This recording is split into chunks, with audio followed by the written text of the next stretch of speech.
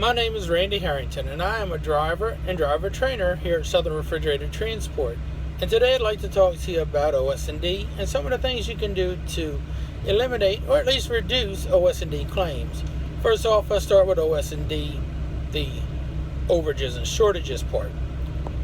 On overages and shortages, really there's not too much you can do, but there's a few things. First off, we normally mark SLC or STC on bills. And on STC, you're only counting the pallets. But some shippers will not allow you to mark anything on the bills and will have you sign for the exact count. In this case, first, before you sign for any counts, you need to notify dispatch and have them contact the CSR and the customer and find out whether or not they're willing to accept this count as is. Most likely, when the CSR contacts the customer, they will say, yes, we've had this issue before with these shippers, and we will accept the count as is from this location. In that case, you and SRT are covered, and there won't be an OS&D claim. Now, the other thing that you have to do is make sure that whenever you do put a count on a pallet count, that you're actually counting it. Because a lot of times what will happen is you'll have a load on a bill that'll say, ship 14 pallets. But it'll have marked on that same bill that they're short a certain quantity of an item. Make sure that, you know what, hey, you said I got 15 pallets, but you only loaded 14. I need you to change these bills, or at least make it noted that the total pallet count is off. This is what was requested, and the shipping amount is different. Normally, they put this on the paperwork, but sometimes they miss it. Now, let's go to damages. Now, damages, a lot of things can cause damage, but properly bracing and securing your load is a major deterrent to damages. It's a way to correct it before there's a problem. Now, something else to look at is the way a pallet's stacked. If a pallet has heavy items on top, say cases of water, and lighter products on the bottom, say cases of green beans, well, you know what? The cases for water are designed to handle a lot more weight. They're built that way. Green bean cases, not so much. So what's going to happen? Well, if they put too many of them, it's going to smash them. And even just a few, 5, 10 on the top on one side of a pallet, when you go to turn, that extra force going on that side with all that extra weight could damage it. Now, this could just damage the bottom ones, or it could cause it to kind of tilt to the side and go up against your trailer wall, and then you got major issues between OS&D and extra lumper fees because they have to restack it and all this other mess from just looking at it saying, you know what, this ain't supposed to be stacked this way. And most likely, they know better, but somebody was in a hurry and they got thrown on top in the last minute and nobody noticed. Now, the other thing to check is for holes. It can be caused by forklift blades, pallets that, were too high or sticking out, getting rammed into another box, or a forklift backing up into one.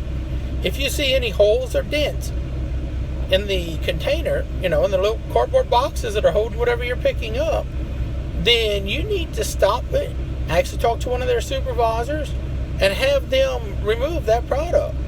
Most times they will. But if they don't, immediately ask them to wait a few minutes, that you need to contact your supervisor. Call your fleet manager and tell them what's going on so that they can be aware of it. Send them pictures also so that they can get with the CSR to find out if the customer is willing to accept it anyways, because they might.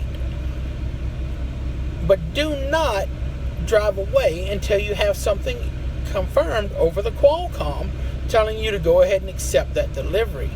Because in those cases, they've gotten with the customer, showed them the pictures, and the customer says, you know what, we'll take it. In that case, there's no OS&D claim. Another thing that will cause OS&D, you may have had your reefer on.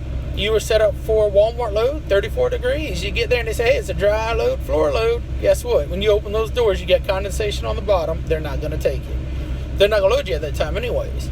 So what can you do? Well, set your reefer unit on defrost, turn it up to about 85 degrees, and wait about 2.5, 3 hours, and let it dry out. Make sure it's dry, because if you get to that receiver and they see any water damage to those boxes, they're not going to take it. They're going to say that's an OS&D claim because that cardboard is damaged.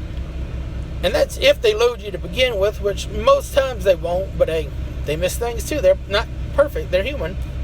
Now, the other thing, if you know you go out and pick up a dry load and you just had your reefer unit ran, wash out because you just came off of, say, a Tyson load, well, you know what? Turn your reefer unit on, set it on 85, and then drive there. That way, the 2.5 hours or 2 hours that you're driving to that shipper, your unit's drying out, so you don't have to sit there on the parking lot and wait. Now, these are all some of the minor things that you can do that will eliminate most OS&D claims. Now, the other thing that you can do that really is important is making sure that when you secure your loads, that it's not going to move. You may have to use a little bit of ingenuity to make it happen, but you know what? We're all professionals. There's no reason not to do something the correct way every time. There's no shortcuts. In fact, if we can't do it correctly, we shouldn't do it. That goes for safely as well. Remember this, if it can't be done correctly and safely on time, it ain't something SRT wants to be a part of.